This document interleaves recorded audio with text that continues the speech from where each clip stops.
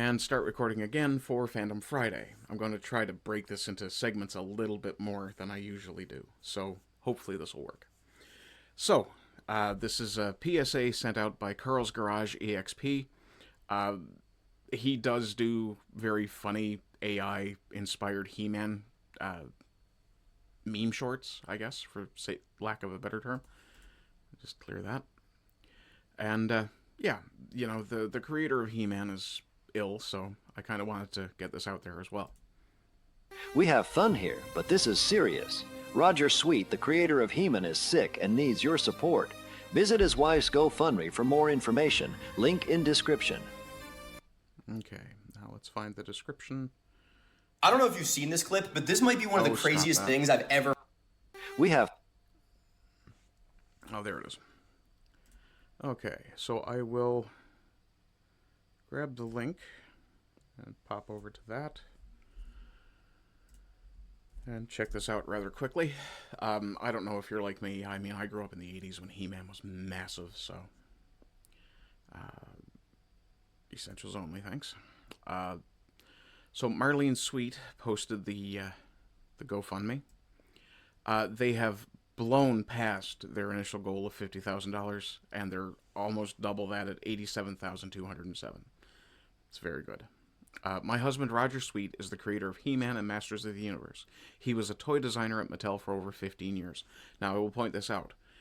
If you grew up in the 80s and you were watching cartoons that had a toy tied into them, you were watching it. You were thinking of that in reverse. It was actually creating a toy and building a cartoon to be the advertisement for the toy. Yes, advertising used to make cartoons that were so good. Generations later, we still remember them. Yeah, Transformers, G.I. Joe, He-Man. Well, Masters of the Universe rather than He-Man by itself. What's the other? Thundercats. I was never a Thundercats kid. Never one that I watched, so not so much of an impact on me. But yeah, this was basically what it was. It would basically be 1 half-hour long advertisement for the toys. Let's see. Roger designed and named the original He-Man character and worked for years with other designers to create all the other characters and playsets that enthralled kids for so many years. Did he do Fisto? And still do today. Over the years, Roger was invited to and attended multiple Comic-Con conventions. He always loved talking about He-Man and Masters with all the fans. I was able to accompany him to several, and it was fun to see him interacting with He-Man fans. We have been married nearly 40 years. When we got married, the designers in the He-Man group built us a plaster wedding cake with He-Man takes Marlene for his bride written on the side, and He-Man dressed for a wedding, with his bride holding all the weapons for the cake topper. Very clever. Roger is now nearly 91 years old and sadly has dementia. His illness has continued to progress, and I have done all I can to take care of his needs at home. He recently went for a walk and returned much later than usual and very tired. I discovered terrible bruising on his side and much disorientation, and when asked what happened, he did not recall falling and getting this injury. The doctor sent him to the ER, and after 4 hours of tests, they discovered he had 2 brain bleeds, along with the massive bruising on his side. It sounds more like he was hit by a car. He was admitted to the ICU where he stayed for 3 days, then 4 more days in the main hospital, sleeping most of the time, continuing to be very disoriented, along with refusing to stay put and trying to go walking about. The doctors considered him a high risk for falls and say he must use a walker, considering the dementia and brain bleeds, but he says he does not need it and continues to walk around in his confused state. They decided he must live in a memory care facility where he can be monitored and safe. He is now at our chosen facility and is settling in. He has only been there a few days, and his mental decline is sadly continuing. It is devastating to see this happening. There are few things more difficult than watching someone succumb to dementia.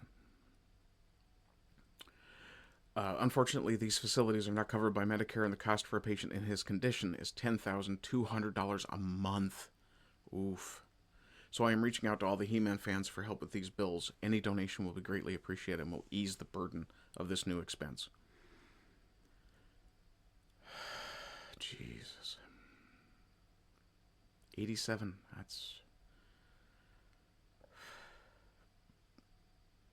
I'm not sure why they were only looking for $50,000, though. So an update from Marlene on the 2nd of March. To all the incredible He-Man fans out there, thank you so very much for your caring and support for Roger Sweet. He has always loved that his excuse me. He has always loved that his creation led to a whole world of fantasy and fun for so many kids. Growing up, he always wanted to be a powerful He-Man, but instead was a rather good athlete in gymnastics and track and field. Everybody has some form of imposter syndrome. Or just envy. He kept up with staying in shape all his life until his dementia took over. At 88 years old, he could still plank. Jesus. Most of us do not fully understand that long-term memory care is not covered by Medicare, so when this is in need, we are left trying to cover the costs, which are astounding. Hopefully this will change in the future. For now, we are so grateful for all the support from caring fans from all over. Thank you all. Is there another... There's donations. No other updates. He-Man coin.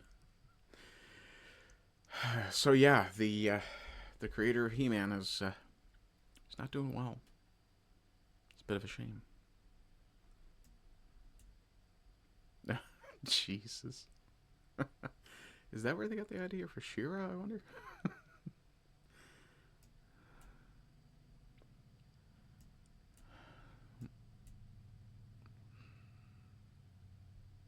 $85,384 raised. Nice. Oh, okay, no. That's actually less than what's there. I thought it was more.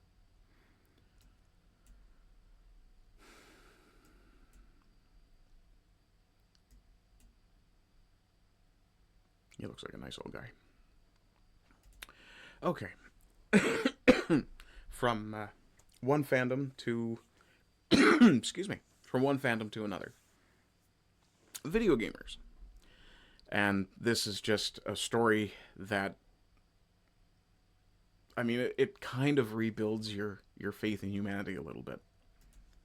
When players become the rescue system, Elite Dangerous is a space game where running out of fuel doesn't kill you immediately. Instead, your ship goes dark and systems shut down. You're left drifting in space with no way to get home. There's no... Okay, I have to pause that so I can get rid of those captions. in-game system to save you. Pilots only have two options: self-destruct and lose everything they were carrying, or sit there and wait until the oxygen runs out. The game takes place in a realistic 1-to-1 scale of the Milky Way galaxy, which means it's surprisingly easy for players to underestimate how much fuel they'll need while exploring. In 2015, a player named Surly Badger realized this and created a forum thread offering to fly out to stranded pilots and refuel their ships. The guy's nickname was Surly Badger. Not what you'd expect. Not the name you'd expect to be tacked onto somebody who decides to create a rescue system for fellow gamers.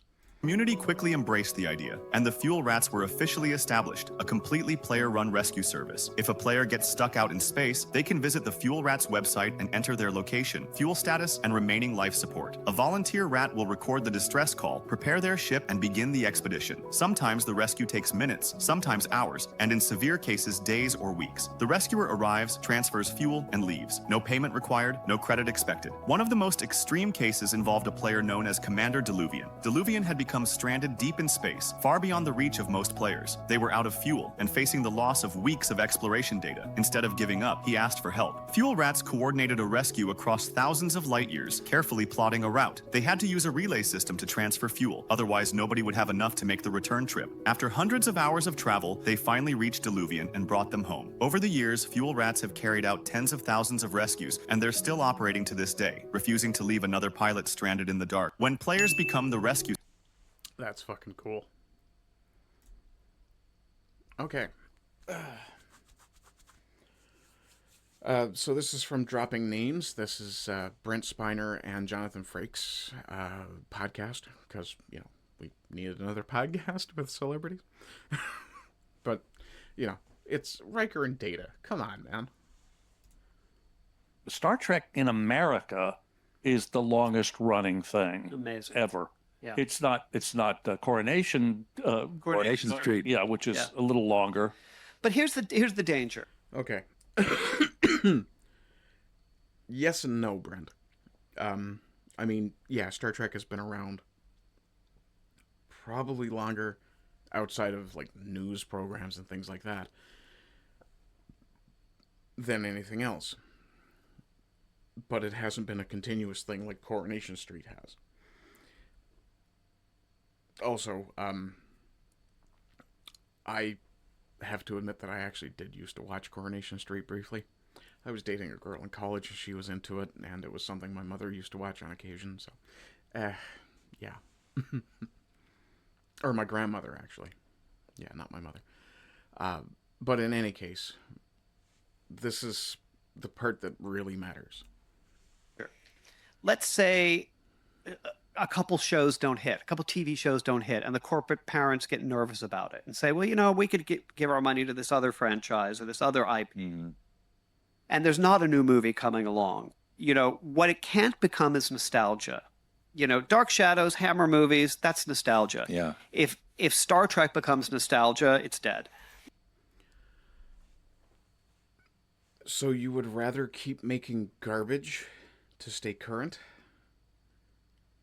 and ignore the actual ethos of the fandom over everything else? Star Trek wasn't an action show. Yes, Kirk would fight things, and yes, there were hot chicks, and there were laser fights and things like that. Sure. But Star Trek at its heart was never an action piece, not like Star Wars, which was fantasy rather than science fiction, and I will argue that all day, every day, anytime you'd like. But Star Trek was much more about being a morality play. It was much more about examining philosophical issues, sometimes about very current issues. You know, there was one episode where you had the Yangs and the Combs, which was Yankees and communists, on another planet. We'll leave that aside. But you also had, and this tended to be more of a thing in Next Generation, but with the original show, there was a lot more examination of what it meant to be human, what it meant to be a full person, things like that. Christopher Pike's first appearance in the original show, outside of the original pilot, was essentially just a head mounted to a rolling chair. Now, granted, there was a human in there, and he was wearing makeup, and I believe pushing buttons, possibly for the lights that would come on and off. But at that point, it was really a question of, what do you really do for a person like that? And, of course, they ended up reusing some of the pilot footage, which worked out really smart, actually. But one of the things Star Trek used to be was almost high drama, where, and I'm going to bang my own personal drum here, DS9, Deep Space Nine, is probably one of the best examples of how dramatic Star Trek could be in terms of not being melodrama, but also not being a caricature of a science fiction show. It was one of the best things about science fiction was that it's always been used to examine high ideas. Whether you're talking about the importance of religion, which is, you know, or the dangers of charismatic religious leaders, Dune, Frank Herbert. If you're talking about the importance of being faithful, being a good person, I mean, you've got C.S. Lewis's Narnia Chronicles for that, which is really good for young people. The importance of duty in both a civic sense and duty to your people, The Lord of the Rings. I mean, all of these pieces of high fiction, they matter. And this idea of nostalgia, no. What you're worried about, and I'm very sorry to be kind of mercenary about this, what you're worried about is losing your job. It really does boil down to that. But the problem is, you guys aren't doing your job. Your job was to make Star Trek.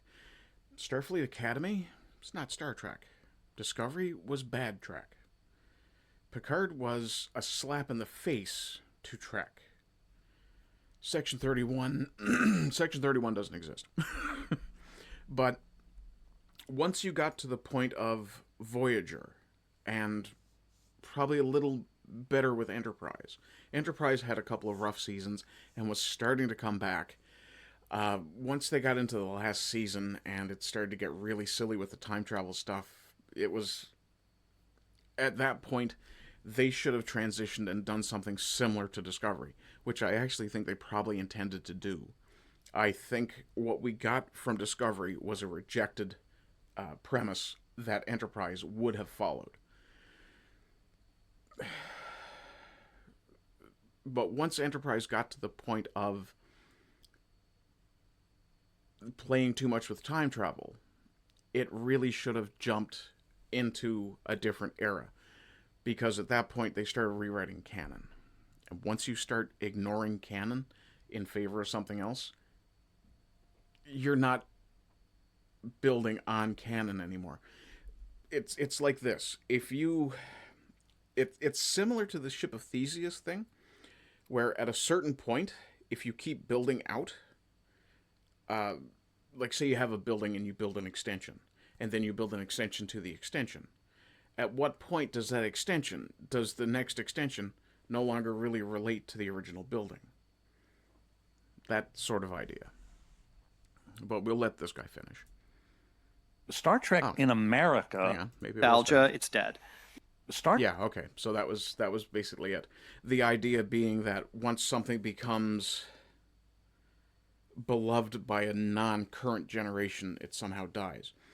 That's interesting because Lord of the Rings had pretty much disintegrated into only the books and only real fans. I wasn't a big reader of the Lord of the Rings stuff when I was a kid.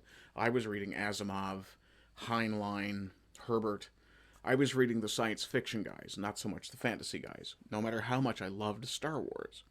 And I read a fuck ton of the Star Wars novels and comics and watched a bunch of the cartoons. Still remember the theme song for Ewoks. But none of that was nostalgia because it was all still current. Lord of the Rings was written 100 years ago? Getting close to it. And yet, it's more current now, more in the zeitgeist now, than it ever was before the movies were made. I don't think you really have a correct grasp on the nostalgia thing. Speaking of nostalgia, though, apparently we're going to get some more Firefly stuff. So from Covered Geekly, who I will follow, Nathan Fillion teases that a Firefly announcement is coming March 15th. It's widely speculated to be a reboot with the original cast. I really hope it's not, because with the original cast aged as they are now, that's a bad idea. Also, good luck finding Ron Glass, considering I'm pretty sure he died. Let me make sure. I could have sworn he had passed away. Yeah, he died 2016. He's been gone for almost 10 years. Yeah, but we'll watch this video real quick. What are you doing? Why are you doing this? Stop doing this to me. Okay, I guess this is what we're getting.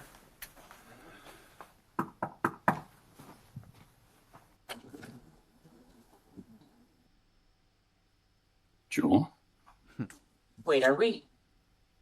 Yes, we are. Shiny. I was hoping you'd say that. God, this is cheesy.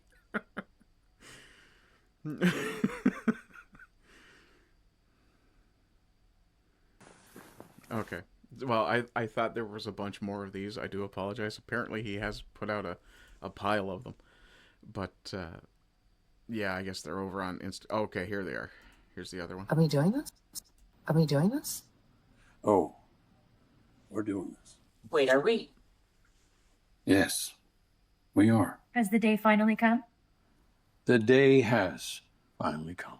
Does this mean it's time? It's time. So, Oh, it's happening. I knew it would. Are we doing this? Oh, we're doing this. Wait, are we? Okay. Yeah, that's a good question. Where the fuck is Ellen? Don't give me hope. Yeah. Also, yeah, where was Jane? That's a good point. Yeah. I'm begging you, don't give me hope, right? Yeah. So, in other news that could be rebooted, apparently Starship Troopers is getting a big screen reboot, adapting Heinlein's novel faithfully for the first time. Yeah, we'll see about that. Also, the Starship Troopers fan base, if they go to this movie and they've never actually read the book, they're in for a shock. And also, I will point out, if there's a relationship between Dizzy and Johnny in the movie, and it's faithful to the book, it's going to be a problem. Because that isn't faithful to the book either. Yeah, and I did say, well, this has the potential to be interesting. They better do the suits right. Oh, yeah. People are just making fun. Oh, dear. Yeah, let's hope not. Hopefully they don't turn it into Starship Bloopers, yeah. Rainbow Troopers. Don't count your chickens. Yeah, there's the promise and then there's the reality. That's true. Okay, and this kind of segues into, or out of, the fandom. From Wormwood. We are told women have been kept out of literature for centuries. They have to use initials and publish anonymously to be taken seriously. In the modern day, they finally dominate the book scene. 8 out of 10 bestsellers are women. It's all fucking pornography. Yeah.